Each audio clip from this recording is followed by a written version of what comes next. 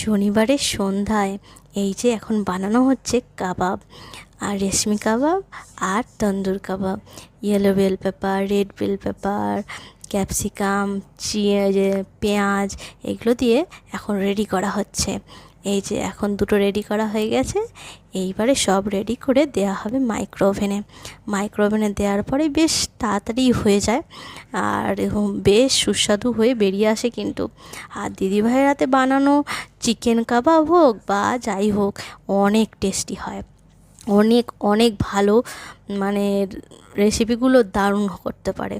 এই যে চলে এসেছে এখন কাবাব, জুসি টেস্টি কাবাবগুলো দারুণ হয়েছে দেখতে, আর খেতেও কিন্তু অনেক ভালো হয়েছে। এরপরে বানানো হবে চিকেন শিক কাবাব। এইটাও যেমন দেখতেও দারুণ হয়েছে, খেতেও দারুণ হয়েছে। এই শিক কাবাবটা কিন্তু আবার আদা রসুন বাটা ছাড়া, তবুও কিন্তু অনেক অনেক টেস্টি খেতে।